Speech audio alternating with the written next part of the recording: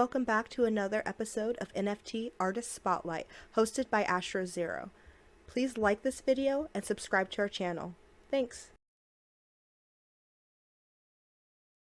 Tonight on AstroZero Twitter Spaces, a very special guest is joining us. We'll be talking about NFTs, substance abuse and recovery, raising a child with autism, just kind of shooting the breeze a little bit, getting to know each other and learning about each other's projects. And just really glad to have you here. We got DWBROODLE, so welcome here, man. I appreciate you taking the time out of your day to come talk to us and the community and get us to learn a little bit about you and what you have going on. Yeah, thank you so much for having me, David. I'm excited to be here. I've only ever done about 2 other interviews, and they were at the beginning, of my journey here last year. So this is a good one. This one's I'm a little bit more foundation under me for this one today. All right, cool. Well, it's stress free. Just kind of have a conversation and just ask questions. Nothing to stress out about. So, is DWBROODLE, is that like your name, or is it doxed, or is that like an artist name? Is it like a Dr. Seuss, or is this like your legit like birth name? Yes, definitely not a birth name. So that is, I jokingly tell people it means something different every time. The DW, I'll say, today it might mean dead within, or tomorrow it might mean like, Dubs winning, I'll tell you what it really is. So let's see. About 2 years ago, I became a full-time artist, self-employed, and at that time, my son and I, Bodie, we started a YouTube channel, and it was Doodle with Broodle. And what I was doing was, kind of wanted to have a kids art show. I was teaching my son how to draw, and I thought, you know what, we could probably do this as a YouTube channel as well. So that's what it was, man. Doodle with Broodle. But then what happened was, once I shortened it up and I kind of put that stamp on everything, just for the sake of consistency, and I dug it. It was there was nothing like it. Just why with that? And then Broodle, so my last name's Brewer, and Broodle was like my video game name. That was like my gamer tag, and and it goes good with Doodle.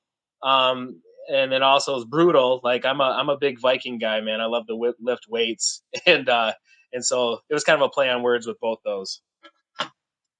So are you still doing the YouTube channel with the Doodle with Broodle, or no? I want to keep that going, but dude, we're so busy in this space. I can't keep up with the projects I already have. So that's kind of died down. My son though, Bodie's Universe, he's a YouTube gamer. He's 11. And we do that stuff together, and I'm in all the videos because he's only 11, so I do that with him. I got to introduce you to one of my buddies. He has a pretty big YouTube following. He was really big into Minecraft, and now he does a lot of stuff that's family oriented. It's called the Burt Dad, and he has 500,000 subscribers. But he's starting to get into NFTs now, so I don't know if he's looking for people to collaborate with. Do you have any? Do you have any opportunities for people to do collaborations or partnerships with you? Or are you kind of just running the solo mission right now?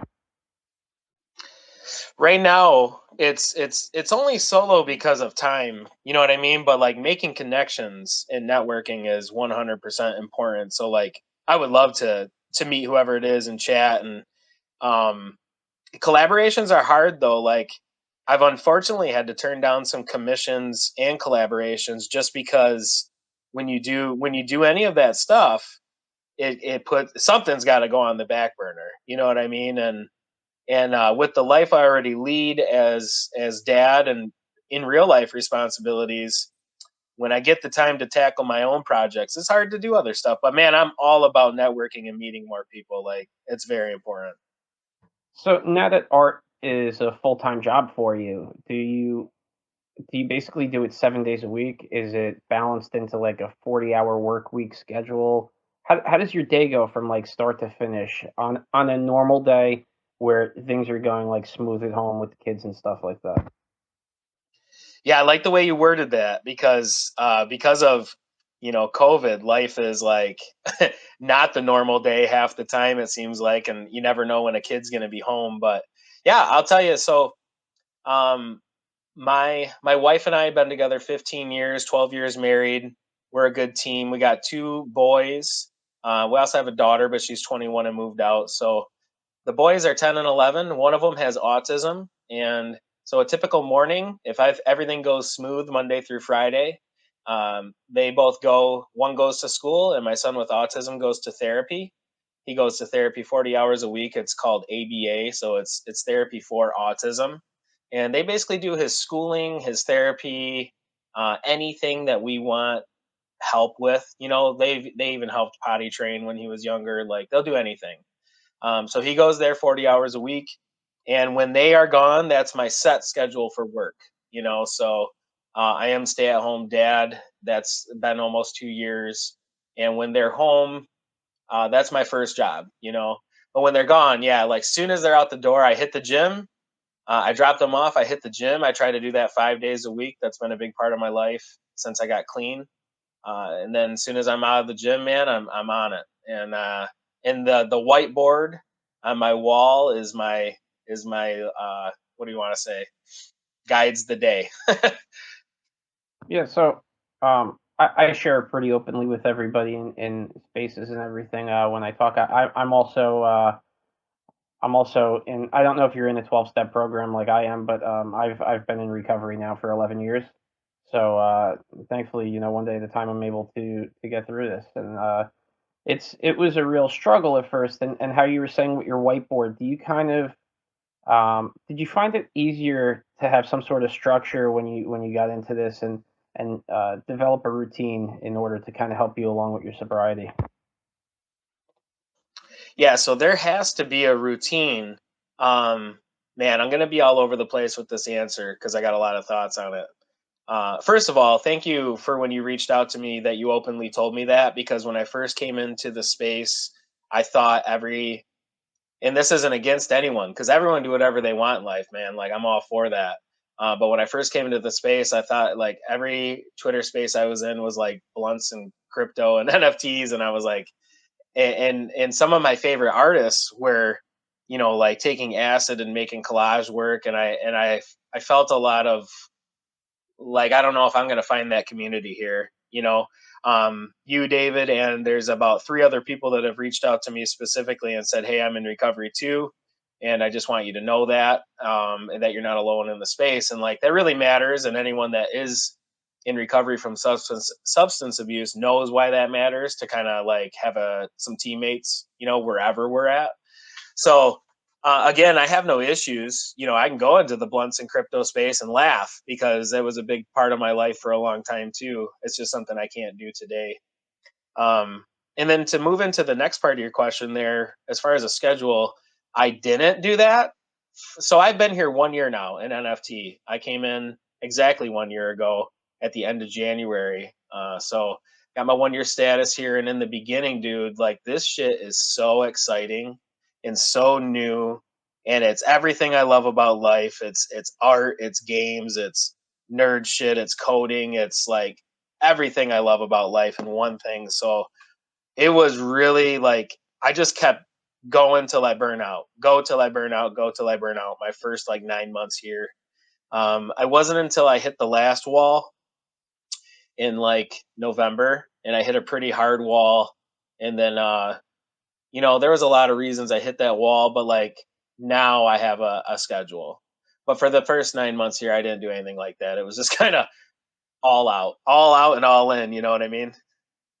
Yeah, I kind of had that too when I first started really getting into I've been in crypto for a while, but really getting into like small micro cap cryptocurrencies. When I first started really getting into that at the beginning of 2021, um, yeah, it was just completely fucking chaotic to the point where, um, I would set alarms to wake up in the middle of the night in order to check my charts. I'd sleep an hour and a half, have an alarm go off, set it for 2 hours, wake back up, and then I wonder why I'm tired all day. Like what the fuck am I doing to myself?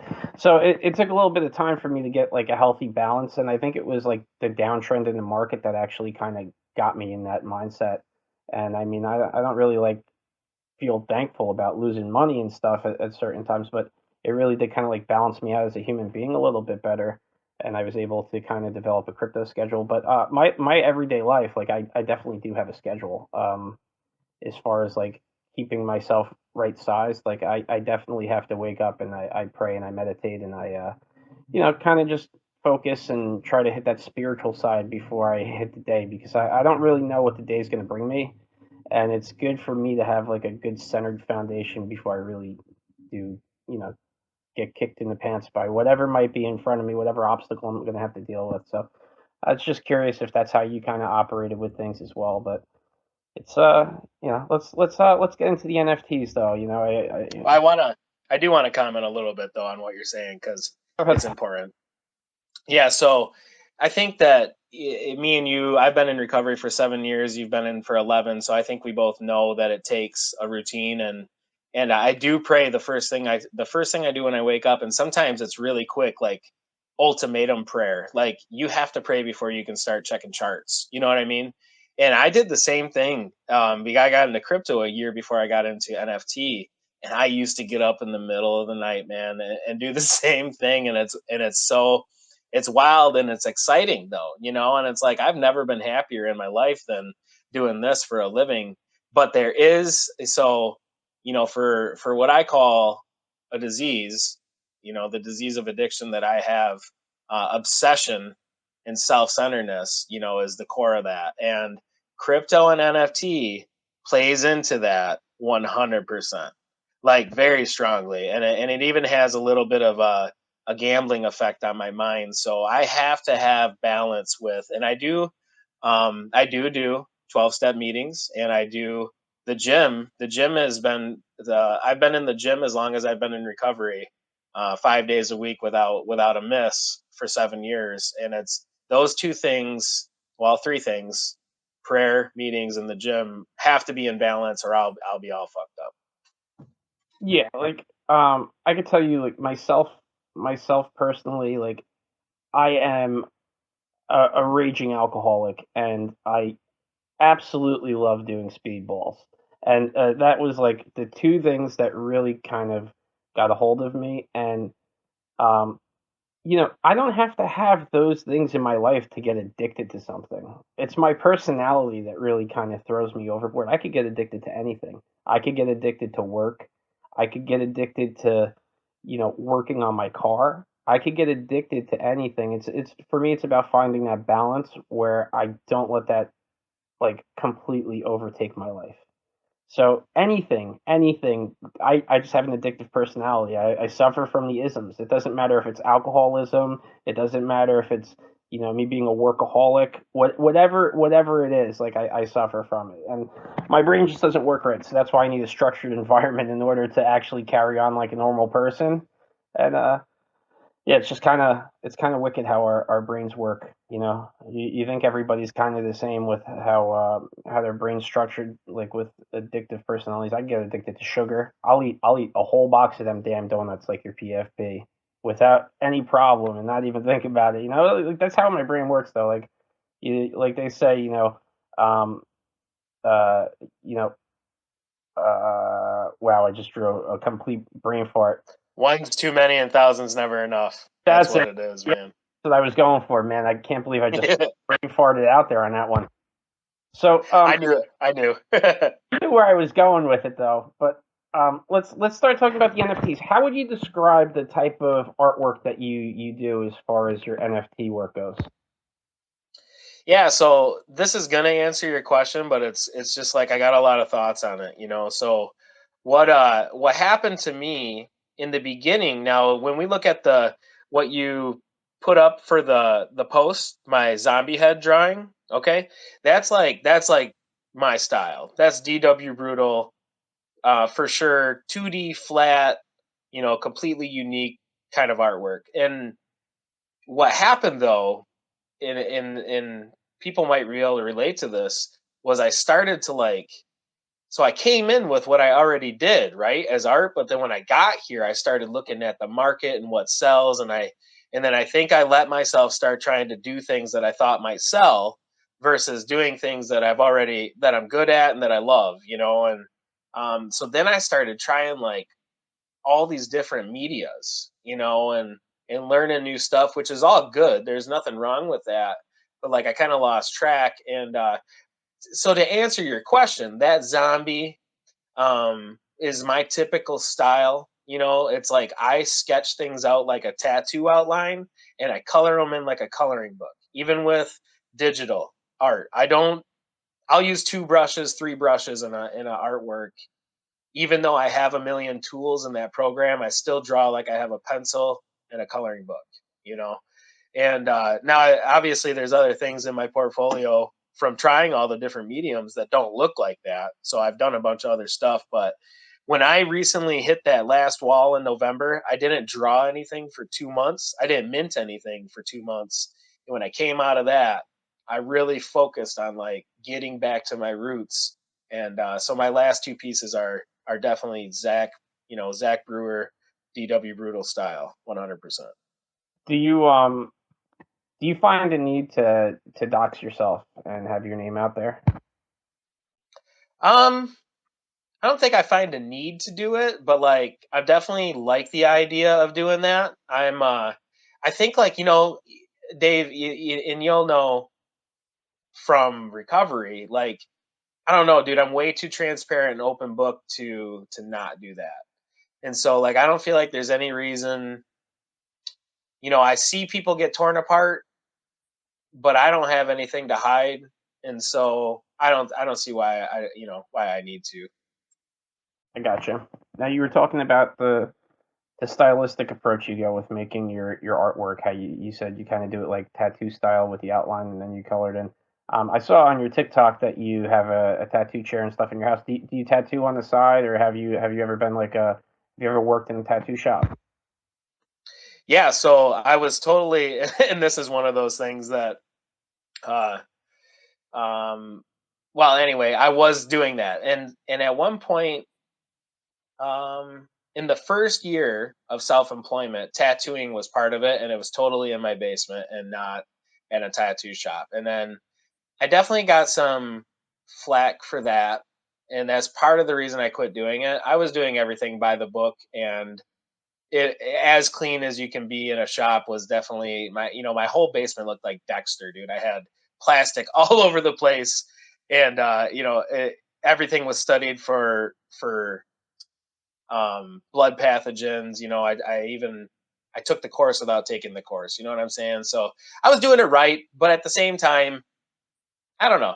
There's just like the community of tattoo artists that are even around here obviously did not like that. And at the same time, NFTs came into my life, dude, and it was like I'd way rather do NFTs than have people over at my house and trying to schedule tattooing. And but I do love that, man, and like I really, I could really see doing something like that. But right now, I think NFTs the prime focus of my life. Not to say tattoos won't be in the future. Do you think that there's a place in the tattoo world for NFTs? And if so, how do you think they could be incorporated? Man, like on the spot, never thought of that question before, but my first thoughts would be what a market for tattoo artists to be able to find work to do on people. I wonder if there could be a platform or a market to buy pretty cheap stencils. You know what I mean? Like, I don't see why that couldn't be out there. I could picture a Tezos platform where it's like buy these 50 designs for whatever price, and artists could kind of use that as a way to get some of their stuff they didn't end up using. You know what I mean? They could just sell like, here's the sketches. I'm not going to do anything else with. Tattoo artists can buy this for cheap. You know, Definitely. the first thing I thought of when I was thinking about this, because I did think kind of long and hard about this. So if you're a tattoo artist, right, and your shop's closed because of COVID or whatever the case might be, you go into a tattoo shop and there's tons of flash on the walls, right, and that stuff it's not cheap. Like it costs money for the tattoo shop to get the flash up there. So what if you're an artist and you draw Flash and then you sell it at like a fraction of whatever the Flash price would cost to tattoo shops, right? And then you just build in a royalty on it. And whenever somebody uses your tattoo Flash art to tattoo somebody, you get a percentage of whatever the tattoo is. And it would somehow be linked, and that's how the stencil or something would print out. And I think that's a way where tattoo artists might be able to get into the blockchain and maybe do something as far as like Flash art goes. Yeah, dude, I think so too. And I know a couple tattoo artists who are here in the space who, you know what, dude, I think they're literally juggling their career because the art they already make that doesn't always get tattooed, they're able to do here. And there's some amazing artists, right, that are tattoo artists. And I bet you they're juggling, like, are they going to do NFT or tattoos, you know? Yeah, it's kind of hard to, you know, I have lots of friends. I have several tattoos, and I have lots of friends that used to do it. And I mean, there were times where these guys they would make a ton of money in the summer when everybody's going to flesh their their beach pods and stuff. But winters were like rough for them, and they wouldn't make shit. So to have like secondary income through NFTs now, I think like tattoo artists could really tear it up. Like they're already fantastic artists for the most part. So I mean, you know, this would just be natural, right? And then you don't have to. You can do it right from your house. You don't really have to worry about going into work if it's snowing out. Just draw a couple of NFTs. And I don't know. I think there's a platform for it somehow in tattoo. I just don't know how it's going to get implemented, but it's going to happen eventually. So when I was going through your link tree, you have NFTs all over the place. Numerous blockchains, numerous marketplaces. Um, Maybe you could give the pros and cons of some of the blockchains that you're on, and which ones you prefer over the others. I know you're on Tezos. Is Hen Solana or is Hen on Tezos as well? Yeah, all Tezos. Now you got me wondering what's on my link tree, but let me well, Well, no, I don't need to look at it, but go ahead. What were you gonna ask? do you have anything on Solana, or am I? No, I would love to. Yeah. All right. So I got a lot of thoughts on this, dude. I got a lot of thoughts on this as a collector, and I got a lot of thoughts on this as an artist, and so I'll try and just cut me off if I don't shut up. So yeah, like, well, when I first came in, right back in February, March of last year, this and I like came in at prime time. I feel like, and shit was this. A lot of things were just starting to kind of pick up speed. I think Hen was really hitting its stride, and then they had a big issue, and everything kind of got screwed up. But like Tezos were popping up. There was, you know, gas was cheap for Ethereum then too, and then all these marketplaces were kind of trying to pop up on different blockchains. I was even on what I thought was Binance's marketplace, you know, and I applied to it and all this stuff, and that ended up being like false information. But yeah, so basically, to answer the question, I kind of tried everything I could at the time. I didn't fully understand where bigger money was, and then where you've kind of got different culture going on different blockchains. That's what I've really discovered. I would say that Ethereum is the oldest and it's the most established and it has the most money moving through it. It probably has your biggest names on it right now. And it has, the bigger curated platforms such as Known Origin, Super Rare, Maker's Place, and Foundation. Dude, when I got on Foundation, I felt like I just got accepted into like the biggest at the time, dude. I felt like I got accepted into a museum. You know what I mean? Like I was so excited. And I still, like, looking back, I'm not discrediting that. It was the coolest feeling. I was so happy to get that invite from someone I met in the space. And then so when I started minting on there, I kind of saw like what that culture is like. That's different. Um, OpenSea at the time had a lot more regular art going on before the collectible PFP projects took off. So like, and you could lazy mint. So I really utilized OpenSea, I think, the most, and that's where I've had my most sales.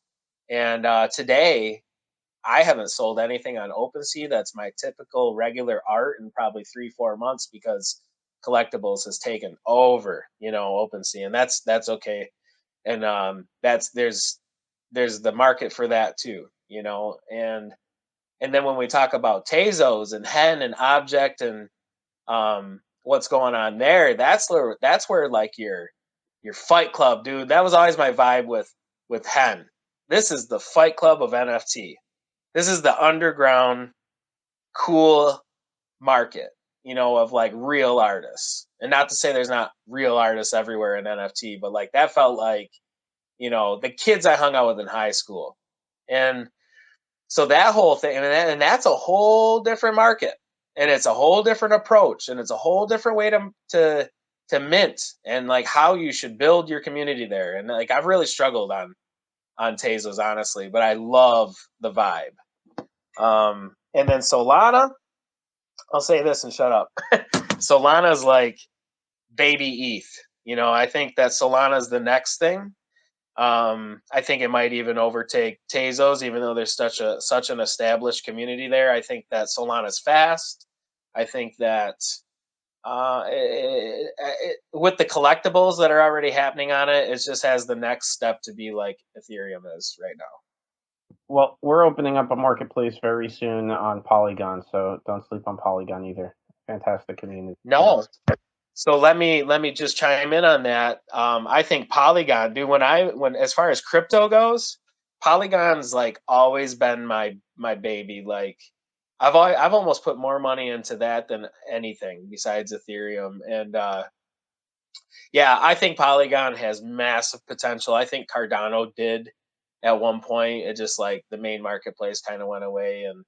But yeah, I think Polygon, dude, because you look at Cool Cats dropping their cool pets, and they're going to use Polygon to do all the transactions because they know. And then you've got Showtime and that's the next thing too, I would say. So thank you for saying that. Yeah, no problem. We got to plug ourselves a little bit once in a while too.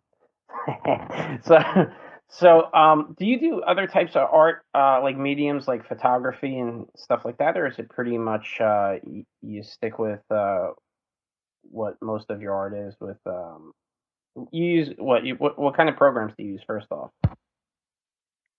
Yeah, so I have the whole Adobe, thing, but what I really started with was Procreate. Well, I'm sorry, we back way up, and I started with a Huion. I don't know how to say that. Huion pen and tablet, and Krita.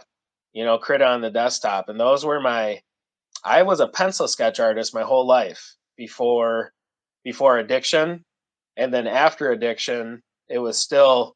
I mean, and once in recovery, it was still pencil sketching, and I got that tablet for Christmas one year, and yeah, that was Krita and the Huion tablet, and started with that. But once I finally was like making money through art, I bought an iPad with the Apple Pencil and Procreate, man, and that's like my baby. That goes everywhere with me. That's my favorite thing to use. I do have the whole Adobe shop, and I can do everything with that too.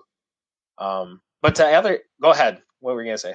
I was gonna say, so do you do photography and stuff like that as well, or is that typically what you do that you just described? Is that like your bread and butter?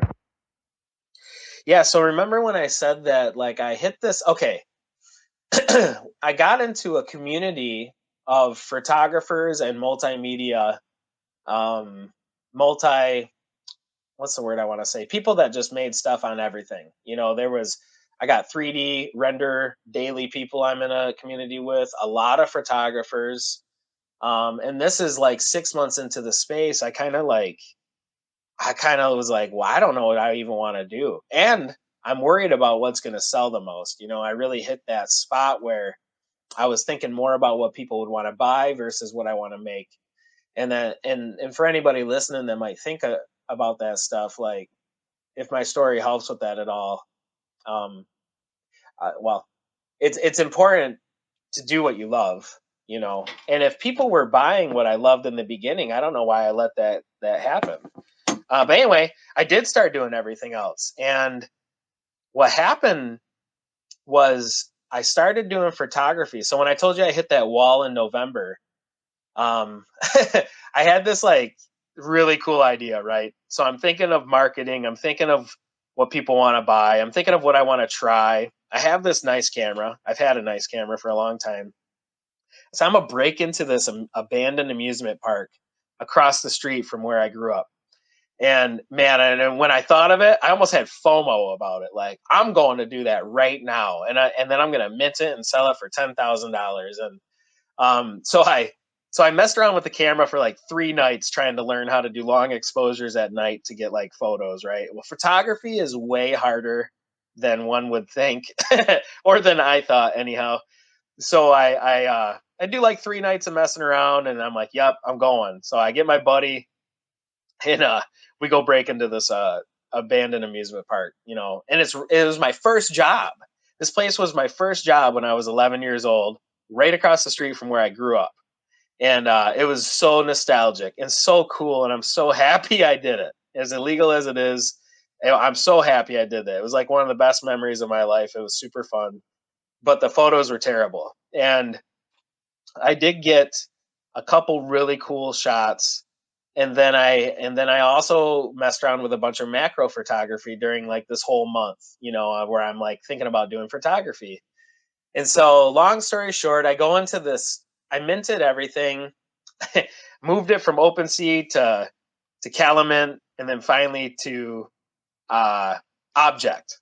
Okay, because I really struggled with like where my audience is even at. I was going through a lot of issues, with like, where do you go? What do you do? How do where is your people?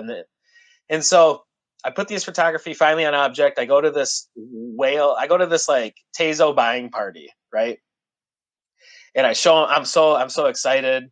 I got these 4 Genesis DWBROODLE photography, and I'm like, yeah, these people are gonna eat this up. And I present it to the people. They like mute me and put me down back in the audience, and they talk about my work, and like then they decide if they're gonna buy it or not. And like none of them bought it. It was a good critique. It wasn't mean, but dude, I took it to heart so bad. And that's when I hit these I bought. Like my wife's a Buddhist. When I found Paper Buddha's work, I fucking freaked out, and I remember running to my wife. I said, "Look at this art," and I bought it on the spot. And then I've bought a lot of his stuff, and I've sold a lot of his stuff for decent profits. That guy's like printed money right now. So anyway, um, he ended up having a tribute contest. Okay. And that was like my first inspiration of 2022 was like, fuck yeah, I'm doing that. I'm going to do a tribute to Paper Buddha. I love him. I love his work. He's a cool guy. I want my name on his radar in some senses, even though we're already kind of friends in the space. But I wanted to do it. And that piece ended up being a dragon with UFOs. And I have no idea where I would find it to pin it right now, but it's on my Object, and it's sold out. And that piece though it was fun. I was in the zone. It was my draw the outline, color it like a coloring book thing. Like it was like in my zone, and that brought me back, man. And do you want me to move on to the second piece? Did you have any comments or anything before I talk about the next one? No, hit us with the second piece. I got a lot more questions for you, so let's keep on trucking. Okay. So then the other second piece, this would be like my this is like what's the word I want to say? This is the best thing I've ever made in my life. This is the what you pinned up at the top. It says on the pin what you can see foundation drop, and it has the black and white big eyeball. That piece I blew my own mind with, and when we talk about the zone and the flow zone of art and getting to my roots, before I did this piece, I told myself, like, just do what you've always done. And what I've always done is black and white pencil sketch. And so, of course, this was in a digital format, but I used, I think, a total of 3 brushes in this project. And man, it was just like this. It was 13 hours of the zone, and every time I worked on it, I was just in love with my own work. And So yeah, this is my Mona Lisa so far, and there's a lot about it too that I planned. So from studying Hey Ray just popped in to Hey Ray Salvo. I'm sure there's some other of my people in here. Oh yeah, Mano, Ian. I just noticed some of my friends in the space. So, oh, I just totally lost my train. What was I saying, David? You were talking about the Mona Lisa, and then Yeah, kind of like the flow that you were going with your specific piece of art, and how you were kind of, I guess, almost I studying, got it. implementing it. You got it? Okay. Yep. Paper Buddha, during studying him, I also like really realized how important it is to plan collections and to plan like the whole how it's going to be. If this collection is going to have 10 pieces and you know exactly how you want it to be, like I think that matters, because if that 10-piece collection goes down in history, um and it's just its own being, it's its own thing. So that's what I did with this. I juggled where I was going to mint it for a while, but like my gut, I bounced a lot of stuff off Salvo in 3D, Salvo right below us. I bounced a lot of stuff off him between doing object or foundation. And after I finished this piece, I felt in my heart it needed to be a 101, and I wanted it to be a lot of money. I couldn't budge on this not selling for minimum one ETH. And so I planned the collection and the whole idea. I know exactly what I'm going to be doing for it. And it's called Alice's Brew, is the collection on Foundation. This is the first drop of Alice's Brew. This is called Drink Me. The whole idea of the collection is going to be a trip through like childhood stories, and it has a lot of my drug use kind of intertwined into it. There's a bunch of mushrooms in this one, and it is all going to be kind of like almost taking drugs through my childhood stories. And that's not to glorify it at all. It's just it was a big part of my life, and it comes out in my art. I've also really always wanted to hide white rabbits in all of my work, and I haven't done that in too many things. I've done it in some things, but this whole collection will have white rabbits hidden in them. This one's not hidden at all. It's sitting right on the eyelid. Yep. Look, yep. And that's okay. I wanted that one to be prominent, but there will always be white rabbits in this collection. The next one's going to be a Wizard of Oz kind of idea. They'll all be black and white, possible touches of red. And yeah, so I planned this one, the whole thing. It's really cool. I mean, the amount of layers in it, from the mushrooms to the waves to the clouds in the iris of the eye to the white rabbits in there to the clouds. I mean, it's you could tell it took a hell of a lot of time to get it done, and I think it's incredible. So, awesome job. Now, you have a collection that I kind of want to talk about, the Ether Undeads. You got some time to talk about these guys? Absolutely. Yep. All right. So can you give me like a brief, like 1 or 2 minute overview of this project, just so I kind of understand and how you're gonna branch it out into a graphic novel eventually? I'm impressed by how much of my stuff you looked into, by the way, too, before interviewing me. I appreciate it. That's my job. Yeah, it's cool, man. Like you've looked into everything. So Ether Undead has been put on the back burner in a sense. It's still one of my three main projects, and I'm not gonna let that go. I've made commitments to people with that project. Um, so the 1 to 2 minute quick sum up. Ether Undead was almost going to be like a PFP before there was like a lot of PFPs. It was going to be my zombie black and white sketch heads that turned into colored ones on Foundation, that turned into like this, oh my god, I had this 3-day earache, and all I was doing was listening to Twitter Spaces, and I had the major epiphany of what I could do with them. So I designed characters, I made the city, the map, I wrote the book. Like the rough outline sketch of the graphic novel is written. It is a story. The superhero is an addict, who gets powers that he doesn't want.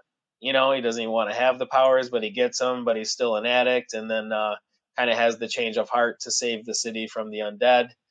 And yeah, so it's a little story I've made. I wrote the whole thing out. It's not nearly, it's probably not even a quarter drawn. But yeah, that's one of my main projects. It does have like people that invested in me early on.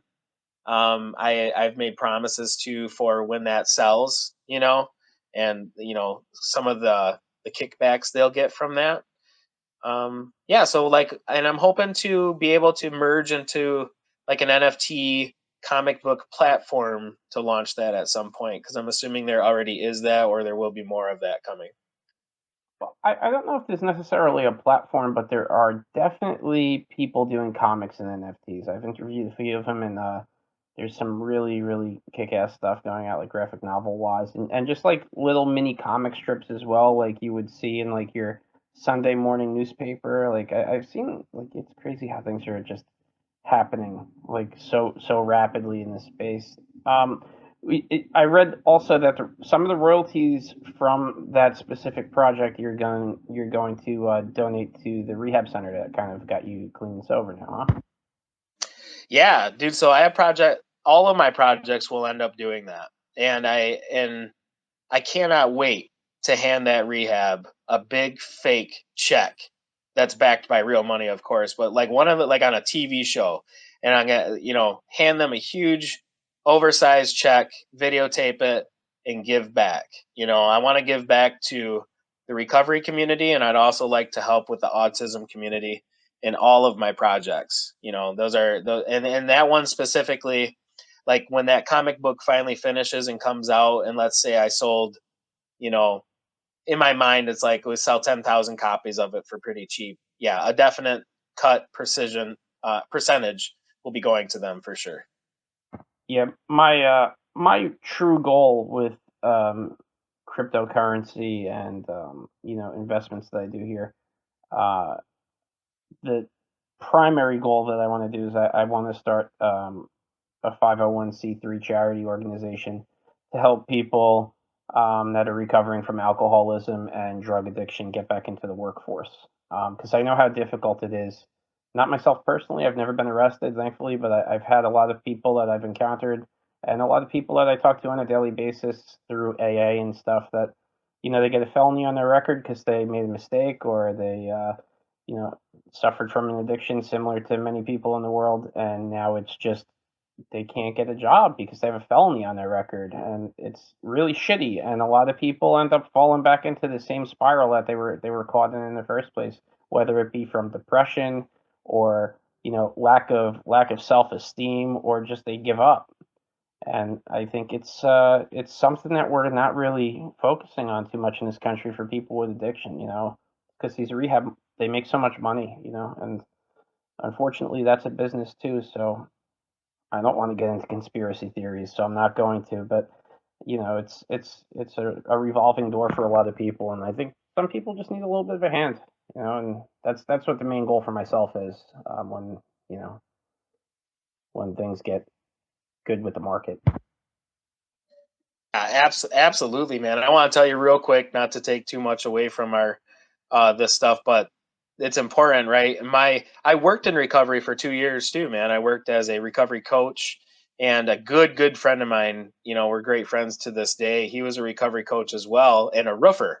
And man, we used to brainstorm. I ran a class called Fresh Start, which was exactly what you said. I would help people who just got out of prison try and figure out what they could do to get a job. I would actually had um, community jobs such as like mosquito control and stuff that we had a contract with, that they knew I was coaching this person and they would hire them as long as they were meeting all these requirements. Well, what I wanted to tell you was the good friend of mine, he ended up making a roofing company where he hires people in that exact situation, and they get, at minimum works for him for 1 year, which puts that on their resume. You know what I mean? So now they've got at least some job history after prison on their resume. And not only that, dude, he gives them like raises if they take, classes to be a better parent, or they go to all of, they finish drug court or whatever. He'll give them raises in their job based off being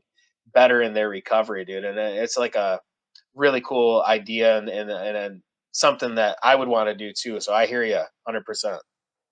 Yeah. So Yeah, that's what a long-term goal is for myself.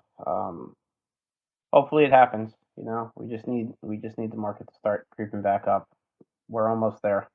Um, so do you feel like, as an artist that produces piece by piece as opposed to like giant generative art collections, do you feel like there's less pressure put on you where you don't necessarily have to abide by a specific roadmap with doing what you're doing, and you could kind of just, if today I want to draw a piece with the white rabbit and the eyeball, and then tomorrow I want to just draw a zombie. Like, do you feel some sort of freedom in that with NFTs as opposed to people that are just kind of married to a specific project and they have to just keep doing alterations of a specific, like, PFP? Well, that's a hard question to answer, man. Like, no, for me, because of the pressure I put on myself. Um, I think that, and this is just my opinion, but I think to survive here now, once everything starts to change and the big names come in, and we see a market shift in NFTs, I think I need to stay on my game, and I've even made my own roadmaps for myself. And those three projects that I have, I try to, they're what's on the whiteboard. You know what I mean? So yeah, essentially nobody else is putting pressure on me. And I do have like the White Rabbits, Alice's Brew. That is my freedom, and there is no pressure for that, and I can do that whenever I want. And those do not need to sell, to provide for anything in my life. Those are like my complete creative freedom. But the rest, like, I stick to a roadmap I've put on myself, and I want these things to be consistent. And whether people are expecting them from me or not, I feel like they are. And and as long as that's healthy, I'm good. I definitely have done that to an unhealthy point where I crashed and burned. So I hope that answers what you're asking. Yeah, it does.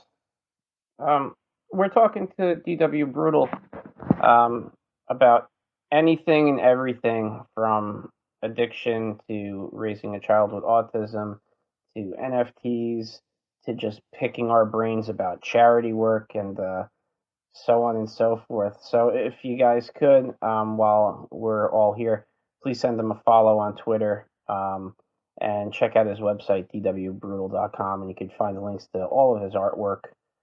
You were talking to me the other day that you're working on building your Discord up. How's that coming along? Yeah, so this is with everything I just said, this is gonna be kind of funny, right? So when what were we just talking about? Like, well, what I'm actually working on now, and this will be the first time I'm announcing it. Um, I have a Discord that's for like DW Brutal's one of one art, and that man, those are hard to maintain. Like, Discord's really for collectible projects, communities that are involved, with PFP collectible projects. And before I talk about what I'm working on, I want to say that I went through a huge problem in NFT space where, well, if we back way up, I bought a Bored Ape and I sold it for $300 profit. And when that took off, I was like, fuck PFPs.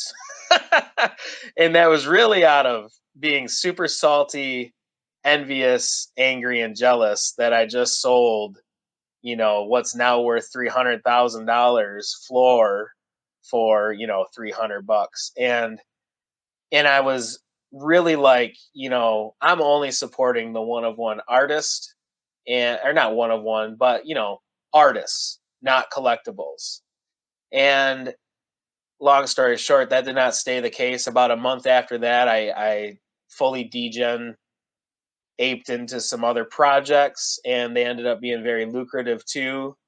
And from the profits I made from those, I was able to buy more art from artists. And they go hand in hand for me, but I think there's a big barrier in the space. And I'm in group chats and I'm around people that are really angry at the PFP collectibles for quote unquote ruining the space for them. But this is just my opinion, and I guess I'd like to say it and see what you think too. Is they're comparing things that aren't the same, and it's like comparing Pokemon to Van Gogh, and NFTs aren't just art. Hate that statement or love it, it's the truth. NFT is a non-fungible token, and art just happened to have Renaissance 2020 because of NFTs, which is the coolest thing that's ever happened to any artist in my life.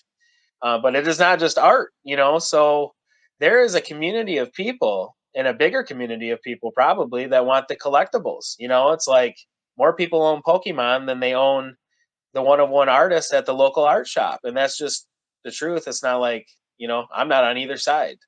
So all that being said, I'm starting a PFP project.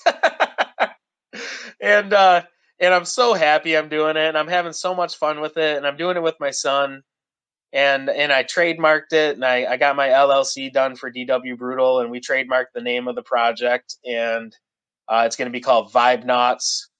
And they're little cute astronauts, little like boy and girl astronauts, and like it's so much fun, dude. And my 11-year-old boy is number 2 on the team, and we're doing that, and whatever happens with it, sell out, don't do anything.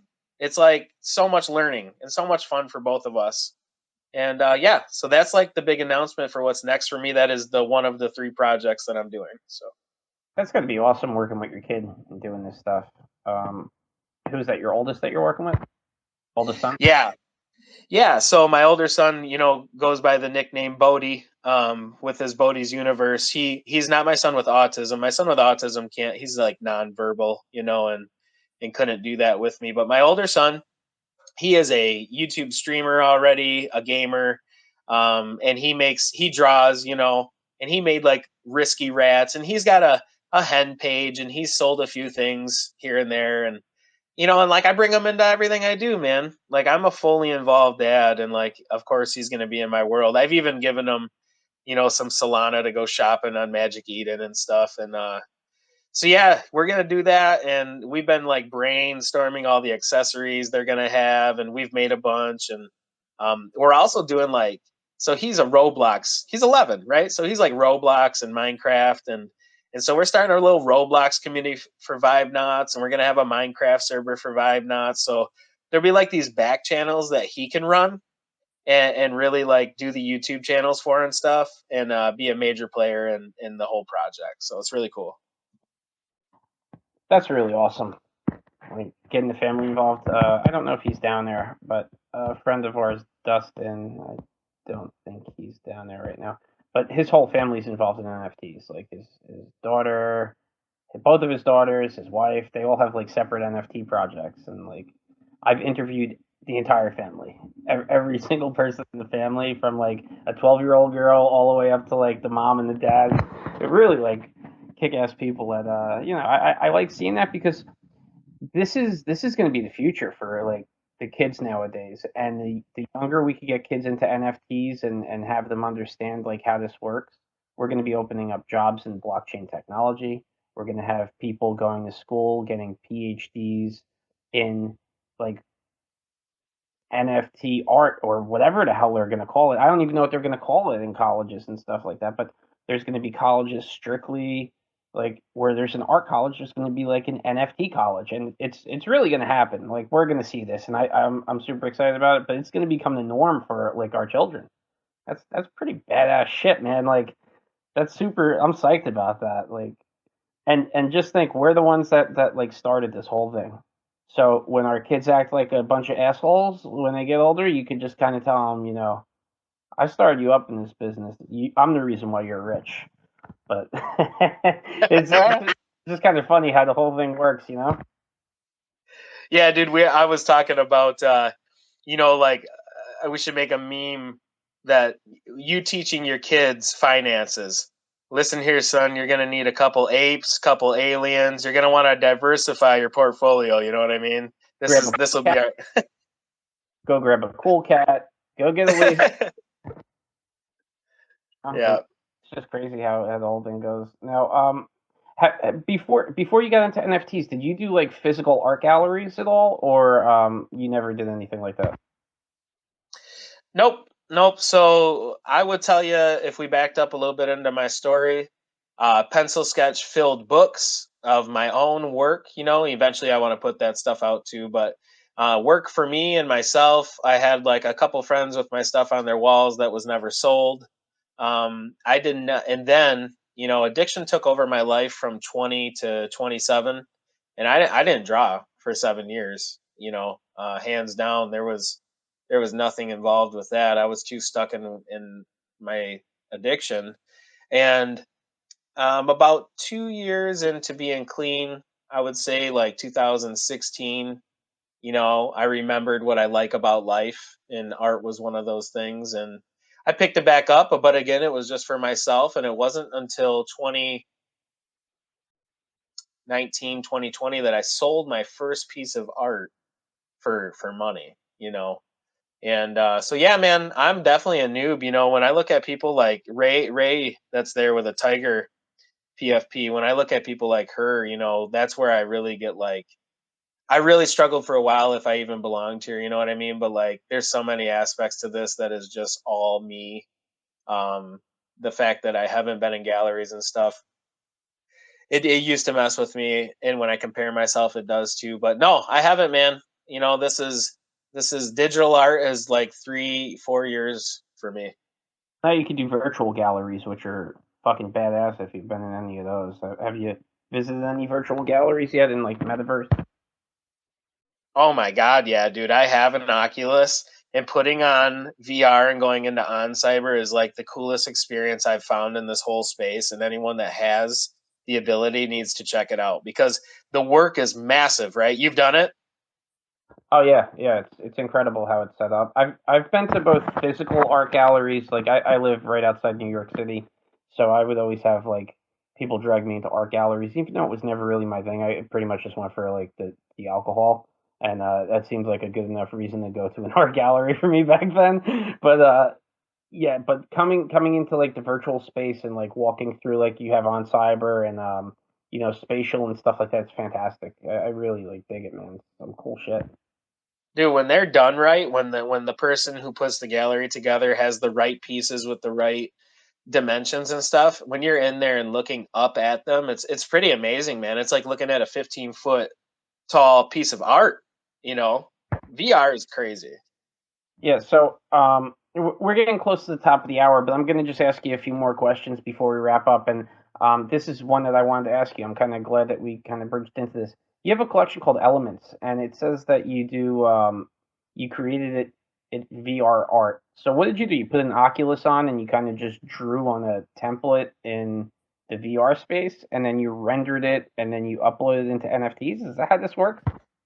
Yeah, dude. So check this out. So these are as far as these aren't like, when I said I have 3 projects, I guess I maybe have 4, because these are just something fun I do that have been successful. Like, I did great. They have my most volume on an Ethereum collection that I've done, and now they're on Tezos. I didn't move any of the old collection, but anything new that's minted is on Tezos now for Elements. But anyway, it all started on PlayStation 4 virtual reality, actually, and I do have it on Oculus now, but I didn't have it at the time.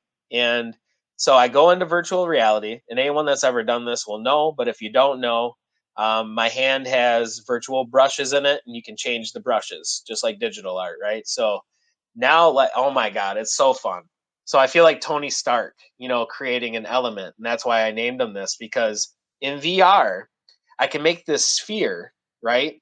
And if you look at the elements, you know what I'm talking about. But I'll make this sphere, and I can shrink it down and hold it in my hand in virtual reality, or I can blow it up massive and stand inside of it like it's a house. And like, so that's how I make these things. Typically, I start with a sphere or a square, and then I blow it up huge, and I just start going wild. Like, if you saw me, and I have videos of me doing it, I'm just like dancing and painting the sky, you know, and I'm painting the sky with different brushes, and then I'll shrink it down and I'll add stuff to it, and then I'll blow it back up and I'll put hidden stuff in it, that nobody could even see unless they had like the virtual reality on and they could like load this back in. which I never figured out. But yeah, anyway, I'll put hidden stuff in it, and so it's like I'm create, and then when you look at it, okay, after I create that huge thing, I can move around in and spin around and all this stuff. What I do then is take like hundreds and hundreds of photos of that element from different angles, and then I pick like 20 that I love, and that's what gets minted. How crazy, huh? Jeez. Like Yeah, dude, they're fun. They're the that funnest thing I do. that kind of like it's mind blowing that you can do stuff like that. And like we're just scratching the surface. Like things are gonna get so much cooler as time goes on, like with metaverse and just the crazy shit. The only thing that I fear is that people are going to try to start driving their cars with Oculuses on, and we're going to have mass car accidents and pileups because they did it with the fucking Pokemon Go. So I can't imagine what's going to happen with car accidents in the near future, or people walking across the street getting hit by taxi cabs out here in the city because they got their VR headset on. I saw people in the airport wearing them. It's just a matter of time before it gets even crazier. So that's I'm a little concerned about that, but other than that, man, like the sky is the limit. Especially like I'm a musician, so for myself, really excited about doing like virtual concerts and virtual live sets, and really could do it like right from my house. I don't have to worry about renting, studio space or going to a club and carrying gear around. That's the biggest pain in the ass about being a musician is transporting your gear, moving drum sets and shit like that. That shit sucks. I could just leave it in the house now and play in the metaverse. So excited about that. So what's been the most difficult thing about transitioning into NFTs for you? When you first start, I made a lot of mistakes and lost a bunch of money because I didn't understand wallets and gas fees and um, locking up the wallet to transactions because I was trying to edit the gas and stuff myself, and like I lost enough money that might stop somebody. You know what I mean? Like when I first did everything, I lost like probably three, four, $500 in my first couple weeks just trying to figure shit out. And it's like that could be such a barrier for somebody, I think, to be enough to like, oh, I'm done with this. And I'm so glad I didn't stop. That was hard. It's a lot of but I'm also like an old school. I used to write HTML and build websites that way, so like it was right up my alley. But I got over that barrier. The other barrier would maybe be trying to build community and establish a name. Especially now, there's just so many people coming in every day. But really, dude, like I guess when you first asked me, I almost said nothing because it's been nothing but excitement. Besides the few walls I've hit, it's just like the best time of my life for sure being here. So that might answer what you're asking, though. Yeah, it does. Um, and my last question for you before we wrap up: where do you see your project or projects? Better yet, where do you see yourself 1 year from today? And what do you think you're going to be doing as far as NFT work? I think this will be the best answer to tell you is for about 9 months on, that whiteboard I mentioned next to where I work every day. I put a lot of work in here. I was just showing my wife, um, my analytics and how much time I spend on Discord, Twitter, and, um, just everything in general that's grown. Um, right next to where I sit and work on my whiteboard on a little piece of paper taped to the side. I read it every single day, and it says, I will achieve complete financial freedom and be successful in the NFT space. And I 100% believe that. And I read it every day for a reason. And, I want to, without ego, I want to establish myself here long term. I want my name to be known and not for a fame or anything sense like that, but this is what I want to do, and if all my projects failed, which I don't feel that at all, but if they did, I'll be working in NFT no matter what. Like this is all I want to do. It's the combination of everything I love about life in one spot, so I'm here to stay. And as far as my projects, I feel so good about them, and now excuse me. now after I've restructured how I approach everything and making sure it's fun and that I can be in the zone, I don't think I'll have the issues anymore, you know. So the PFP collectible project with my son is going to be fun, and the foundation collection is my zone, you know. So I'm not going to be doing things that are for the wrong reasons. Yeah, well, I wish you the best of luck. I want to thank you for coming out here for more time than you really had to and talking to the community and telling us what you have going on. Um, I can't wait to see your other installments of your Alice project. I think they're going to be really, really interesting to look at, and I want to see how many white rabbits I could find and how well you hide them. See if I could get those little Easter eggs, and hopefully, Ether Undead picks back up. I would really like to see what you got going on as far as like a graphic novel goes, and wish you the best of luck, and you know, wish you the best as far as your journey with sobriety, and I want to commend you on how much you changed your life for the better, and how it's really benefiting your family, and now you kind of with a clear head you can see that the most important thing is your family and taking care of your child, and yeah, I just wanted to tell you all those good things, like you're on the right path, and I'm proud of you, man, and thanks for coming out here and talking to the community and letting us know what's going on in your life. I really do appreciate it. Yeah, man. Thank you so much. This was like really good. I could talk your ear off for 2 more hours, man. Like I really enjoyed this. I enjoy your approach with me, man, and I appreciate the kind words and giving me a platform with some of your community. I literally followed like everyone who retweeted the post, and there was a bunch of people I haven't interacted with yet. You know what I mean? So I'm all about building that.